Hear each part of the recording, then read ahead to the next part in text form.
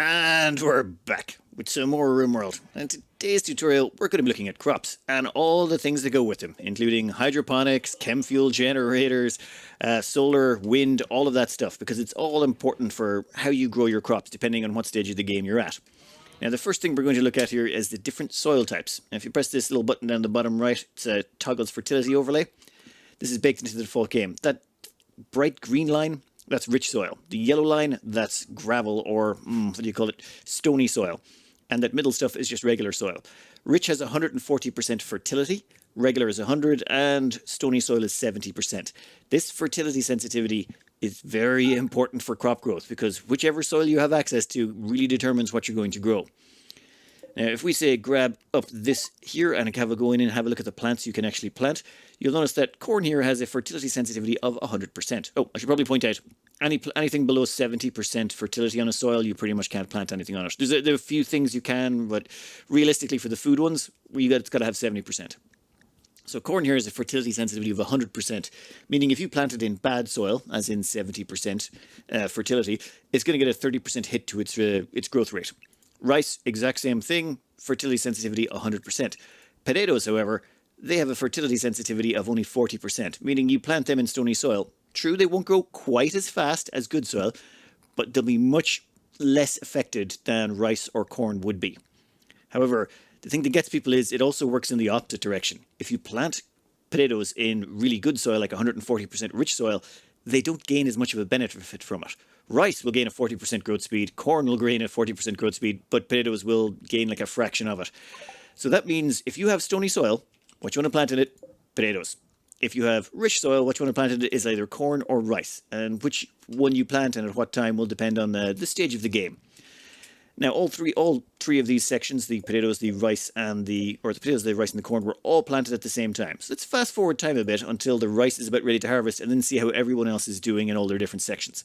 If you click on the plants as you're growing, you can actually see their growth rate down here. So rice is 140% in rich, 100 in regular, and 70%. However, potatoes, you'll notice 88% in the stony soil where it should have 70, 100 at regular, and where it should have 140, it only has 116. Before we get any further, I should point out this whole tutorial is designed around playing on the maximum difficulty level. When you play on the maximum difficulty level, your crop yields are reduced by 20%. And this is what we're working around here, because I think working on the hardest difficulty, you go backwards, is actually much easier on the easier difficulties. But this means that rice has a yield of only 5, as opposed to the 6 you will see on the wiki, or if you play on normal difficulty. I just want to do it this way. There's plenty of information on normal difficulty, but there's very little on hard, and it does change the maths and how everything works out quite a bit. Anyway, the harvest yield on rice is 5, the harvest yield on corn is 18, and the harvest yield on potatoes is 9. So what this means is by the time this one is ready to harvest and provide you with 5 rice, the potatoes, when they'll grow up on average, will provide you about 3.8 potatoes for every 5 rice you get. And the corn comes out about 4.92. Or to round that up a bit, just say you were to take this entire sun lamp and fill it full, that's 100 tiles in there, you'd end up with about 500 rice for every 492 corn you got out, which is a tiny fraction of a difference. And potato-wise, you'd end up with about 388 potatoes, which is an awful lot less. Because potatoes, rice, and corn, the nutritional value of each individual unit is worth the exact same amount. So let's have that rice harvested, and what we'll do is we'll wait until the potatoes, or the next level comes up, which will be this rice here, and then we can figure out the percentages on potatoes and corn versus the average soil sensitivity. Oh, one thing I should also point out, potatoes, every plant you plant starts at 5%, so you can ignore the 5% when you're doing the math on these things. Another thing to note, plants sleep. Okay, I know that sounds weird, but between 1900 hours and 5 o'clock in the morning, they basically don't grow. It doesn't matter if you've got sun lamps or stuff like that, and the sun lamps actually turn off during that time and don't draw energy during that period.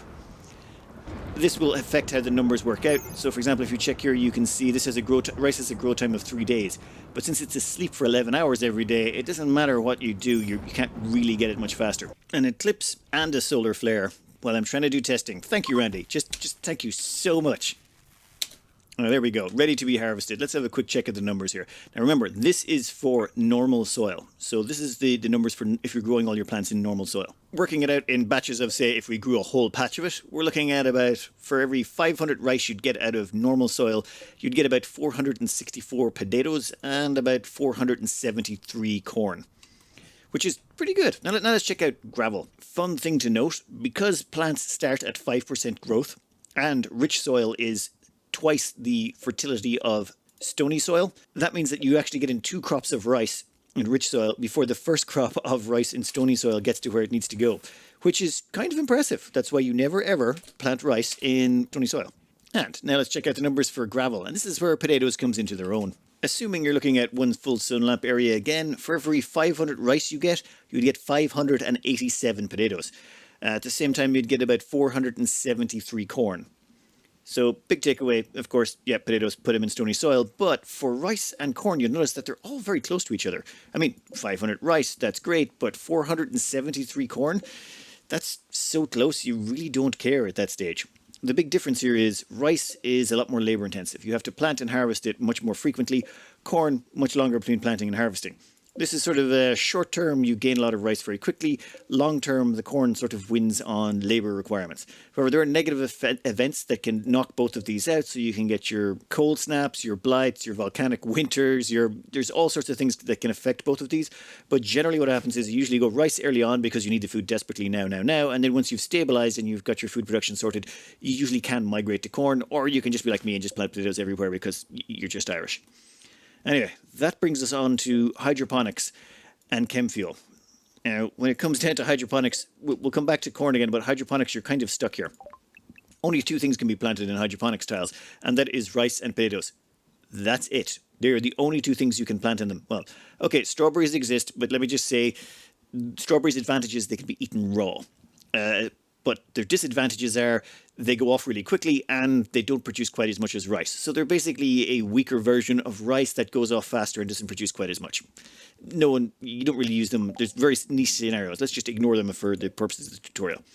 Here you have hydroponics basins. These have a fertility sensitivity of 240%, which means, yes, stuff grows in them really, really, really fast. Because of that 240% of fertility, planting anything but rice in it is pointless. Putting potatoes in there would be like hooking up a Formula 1 car to a plough. It's a bad idea. Well, it can be done. I'm just saying you're really not taking full advantage. So let's cover the different setups you can use to use hydroponics. Now, the main reason I came here is because there was a lot of talk about you should use Chemfuel power generators to power your hydroponics and your sun lamps. This gives you a nice temperature controlled area, and you can take this rice, and that rice can be then put to a biofuel refinery. This biofuel refinery will take 70 wood, or it'll take 70 rice, and it will turn it into 35 Chemfuel, which is amazing. You can then take that Chemfuel, burn it in the generators, that will power this whole setup, and is actually power positive and food positive. So you can get power, you can either use it to make more power, or you can use it to make more food. The question is how much? And the thing is, if you go onto the wiki, it'll give you a bunch of information. However, all that information is based on playing on normal difficulty, where the crop yields are about 20% higher. So what we want to do is take this corn, run it through one of these biofuel refineries and use it to power our setups and see which one is better. Either using a greenhouse, which is where we use the normal soil, with sun lamps. These sun lamps allow us to maximize the usage of it and protect our crops. We'll go more into protecting your crops later.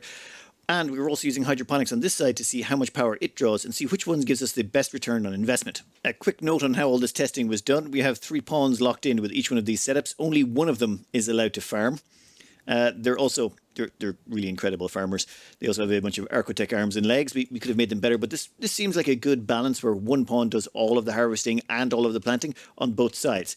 And then we just let it run. And this is after 17 days. We've almost got it evened out. As in, you'll see over here, there's a few of these hydroponics basins that haven't been quite planted. They couldn't finish it by the end of the day.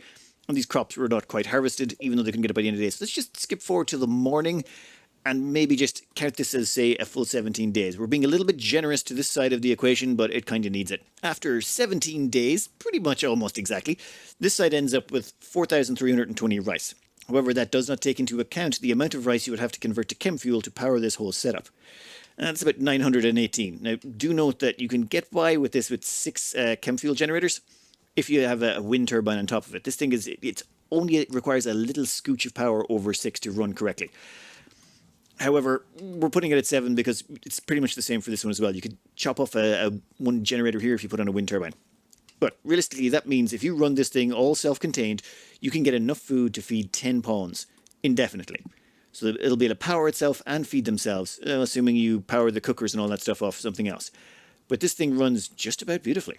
And the hydroponics, on the other hand, they're far more productive. As you can see, there's an awful lot of rice here. That 240% productivity or fertility is amazing. However, this costs an awful lot more generators, so a lot more power is required as well. It's about 1,836 rice, and that results in about 23 pawns can be fed off this, 23.4. That would make you believe that this is a far better deal, but don't jump that way just yet. This makes greenhouses look a lot weaker than they really are, because what we're doing here is converting this all to Chemfuel. Now, this is a very heavily recommended thing, though I would not really go that way. The reason being is there is better ways to power these setups than resorting immediately to Chemfuel. That is, look at this down here. This is a power brick. Oh, I should probably go over one other thing. I like to do designs that revolve around a certain shape. I like to base my designs around everything that's 18 down, 17 across, and then 4 of them stuck together. These kind of box designs really help out because it just fits a whole bunch of things very conveniently. So this would be a power brick that fits nicely inside it, and it fits exactly 28 solar generators and 4 wind turbines. Now, the great thing about solar and sun lamps is, like I said before, these plants have a sleep cycle. And as well as that, it seems to match up rather closely with the sun cycle. So over here we have our 24 solar generators, we have our 4 wind turbines, we have 5 batteries, and we have 16 sun lamps. And if you'll notice, this whole thing is on its own power grid, as in this is the only thing powering all of these things is all of the things here. And there's no problems doing it. As in, this can power 16 sun lamps indefinitely. Okay? Now, we'll get into costs and all that, but this is actually way cheaper than hydroponics and everything as well. And you could run 16 of them. Seriously? That's ludicrous. Now, there are some caveats to this that I should really point out, and that is to do with solar power itself. The amount of power you get for the entire day out of solar panels is determined by 2 things. One, it will always max out at 1700 watts unless there's some sort of negative event affecting it. And the second is your location on the planet. Yes, your planetary location. You'll see here there's 23.6 degrees north. That means we are 23.6 degrees north of the equator. So the further you go down, yeah, here we go. We're just about at the equator there. Where is it? Come on, a little bit. No, whatever. Close enough. This is the equator. So the equator down here will have more sunlight than this place up here. And the further you go north or south of the equator, you'll get a little bit less power. So, but unless you go up really, really far, like we're talking top of the planet or bottom of the planet, your power is actually going to be pretty solid. The only video I could find doing detailed analysis on it was Bjorn Strongarm. I've got a link up in the top right. Has some graphs on it and everything. It shows you how it is. But basically what you can do is I've just done some practical testing here, and all that happens is these sun lamps will work just fine. The solar panels will cut in a little bit early in the morning, but cut out a little bit later in the afternoon. So you'll need a few batteries to smooth out the power flow. You don't definitively need the wind turbines, though I would cram them in there because the extra power they can give will get you over a hump here and there. What that does mean with this one setup here, you can run 16 sun lamps. That's an incredible amount of crop growth potential. Now, as you'll see there, the batteries actually went down, but now in the middle of the night they're all getting charged back up. Even if we took out these wind turbines, you'd actually be fairly okay. As it starts to come to morning, before the lights even switch on, you'll notice solar power is already creeping into these panels, and boom. And you'll notice during the day, stored power is 600 watts. The batteries are not discharging at all. That means you can run these all forever. However, there is things you should be worried about, natural events that can mess you up. One is, what happens in wintertime? Like when we get into the depths of winter, are we still going to be able to support the same amount of lights? On the one hand, yes, it seems not to matter. At this latitude, it doesn't matter the time of year, you'll still be able to support 16 lights. However, volcanic winters, yeah, that's a little bit different. Volcanic winters mess with the amount of power generated by your solar panels. So what'll happen there instead is you'll max out at 1471 watts instead of 1700 watts. This is problematic. However, not as bad as you think. You can basically just turn off 2 sun lamps. You can still run 14 of the 16 sun lamps. It's just you don't quite have enough power to run the full 16. Honestly, not that big a deal. Now, I would not recommend you keep all the sun lamps this close together. You would have to spread these out and position them more, something like this. Or, there's different ways it can be done. But you can support an awful lot of crop growth here. Not only that, because you're actually using soil, you're not limited by what you can plant in hydroponics. So you can plant corn if you want. And since you're probably going to be doing this with mostly normal soil, honestly, potatoes, corn, any of those are really good to use. You can also plant devil strand, pretty much everything, and it can all be kept indoors. And this whole thing is rather stable. Now, I'll go over the numbers of, like, say, one of these grow zones can support, if you're growing rice, about 4.23 duplicants. Or pawns. So a full stack of these, 3 of these together, can support about 12.7 pawns. And bear in mind, you can put down 16 of these. That means if you ran all of these lamps supporting nothing but food, you could support about 67 dupes on nothing but simple meals. And all you're doing it for is what, like 28 solar generators and 4 wind turbines? This map is currently experiencing a volcanic winter and a toxic fallout. And you'll notice that the power output on these is 1470, but that should drop to about 1459. Slowly but surely as the toxic fallout kicks in. That means you can still support 14 sun lamps. Those 2 down there are not powered. So you can still support 14 sun lamps even if you're in the middle of a volcanic winter and a toxic fallout. Meaning this thing is pretty much just year-round growing for 14 sun lamps. That's what you're pretty much guaranteed to be able to support. However, there is a few other problems that can get you. If you get a heat wave, what can happen is it will stop your plants from growing because the plants will get too hot, but it won't kill the plants. However, a cold snap can. So to counteract the cold snaps, put in a couple of fireplaces. That's literally it. You'll notice there's a cold snap outside. It's now minus 26C outside. Inside, it's a, well, not so toasty, -4.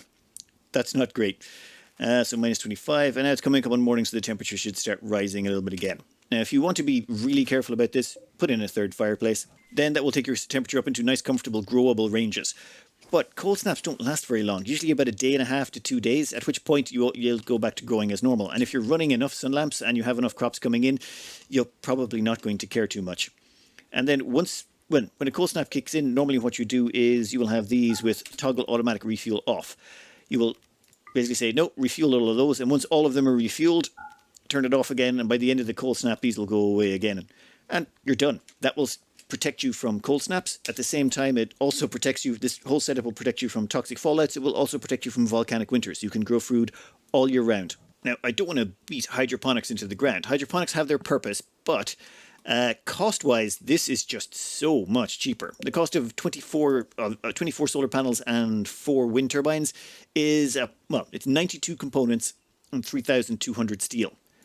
The cost of all over here is unfortunately an awful lot more. The cost for all of these hydroponics basins and the Chemfuel generators, that's about 108 components and 8,400 steel.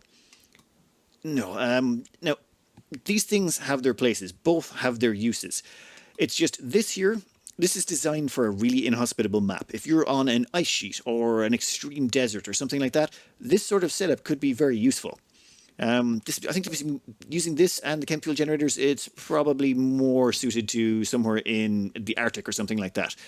For the desert, you could probably get away with not using the sun lamps and instead just leaving the hydroponics outdoors. There's different ways of doing these things. They're all different tools for different jobs. But if you're on a map and there's a lot of fertile soil around the place, then there is no problems running one of these power bricks and just chucking in huge amounts of just as many sun lamps as you want. Now, do remember, this solar power is only during the day. So it's literally there just to power the lamps. The rest of your base, you're probably going to hook this whole thing into your main grid.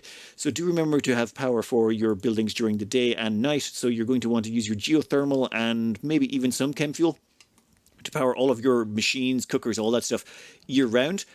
But for the daytime, the solar panels should be able to take all the load from your sun lamps. Also, do remember that you're getting it. We're testing this all on the hardest difficulty level. So what this would mean with these hydroponics would gain an awful lot in productivity, and so would this if you were playing on an easier difficulty level and you were getting that extra 20% from the crops. The cost for the Chemfuel generators would be drastically reduced because you'd be getting 20% more crops every time, and you'd be using a smaller percentage on the actual fuel. Let's go through a few things that will make your life easier if you're trying to use any of these setups. First, let's start with this power brick.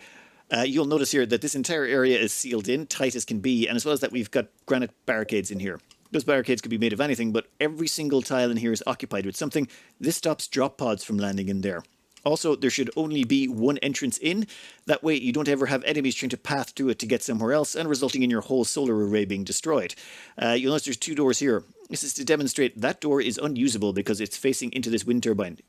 Pawns cannot pass through there, so if, say, this solar panel breaks down, they'll have to walk in through here, through across of these and go down. It'll be very slow, but you know what? It's better than these ever getting destroyed.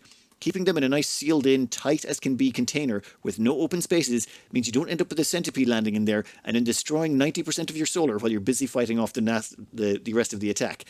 Not that it's happened to me several times. So trust me, wall it in, make sure there's not one single free tile, and you will be an awful lot happier and an awful lot safer. Make sure you put roofs over your batteries, otherwise they will go zist out or you'll get zist events. When it comes to these lamps, good thing to do is to put a power cable beneath them that's connected to nothing. You notice there's see that little blue underneath each lamp? That is there so that whenever there's an issue, like just say we have an eclipse. Eclipses will basically cut your power to all of this, and you don't want, well, your lights are going to go off, but you're going to drain all your battery powers first and redline your entire grid. Instead, what you do is you grab all your lights and you go, okay, I want you all to connect to another piece of electricity. Oh, sorry, we'll get rid of those two. And you notice every single one of them have disconnected, and instead they've connected to that one piece of wire that's sitting there doing nothing. So now we have turned off all of our sun lamps with one button click. Well, two in that instance. And then when the actual eclipse goes away, you can just press that button again, and then they all turn themselves back on. Done.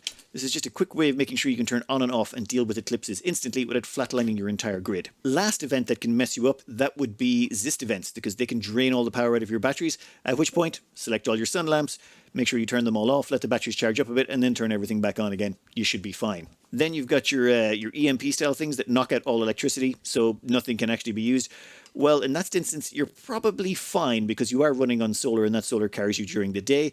However, it will of course affect all your other machines. However, hydroponics do have the negative of when they've had power cut for them for a sustained period of time, all the plants in them will die. Now, you usually have enough time to try and harvest them. It's just you're probably not going to get the best crop out of them. If you harvest plants early, you won't get much. And you do have to do it very quickly. Otherwise, they will die before you get to them. So you're going to want to prioritize harvesting those. So we have covered volcanic winters, toxic fallouts, cold snaps, eclipses, heat waves. The heat waves, okay, you basically just eat those. There's nothing you can do about it. Well, you could put in cooling, but honestly, the amount putting in cooling is not really worth the effort, considering heat waves only last like a day or two tops. You can live with a day or two of growth. No, the last one you have to face is Blight. Now, we're just going to summon in a quick Blight here. Oh, look, it's hit up a bunch of our crops. But normally what it does is it only targets a small enough patch and all of the same crop type. So what I would advise you to do is just sort of alternate your crops. Say you have potatoes, corn, potatoes, and then, you know, just alternate it one after the other. So you might get Blight on one patch of potatoes, but you won't get it across the corn. Sometimes you can get rather large blights. So instead of doing that, just make sure you split up your crops, and as long as they're spread far enough apart, the Blight can only take out one batch at a time. I do believe that setting up a greenhouse or hydroponics facility should be one of those high-end priorities when you're in your playthroughs. These things will insulate you against so much that you just really do need them. They protect you from all of the major events that can be colony killers, namely volcanic winters, toxic fallouts. Those two can basically cripple you if you don't have some sort of way of growing crops through them. The hydroponics themselves, hydroponics on their own without sun lamps can probably be used in some of the more inhospitable but sunny climes. And then the hydroponics plus sun lamps plus the Chemfuel generators, that's more for ice sheet or somewhere where the resources are very, almost no resources are available. If you have a map with decent fertility, you should be doing lots and lots of greenhouses. They're cheap, cost efficient, and they can be done at almost any latitude. You will find that solar panels are quite resilient to most latitudes, excluding the actual extremes.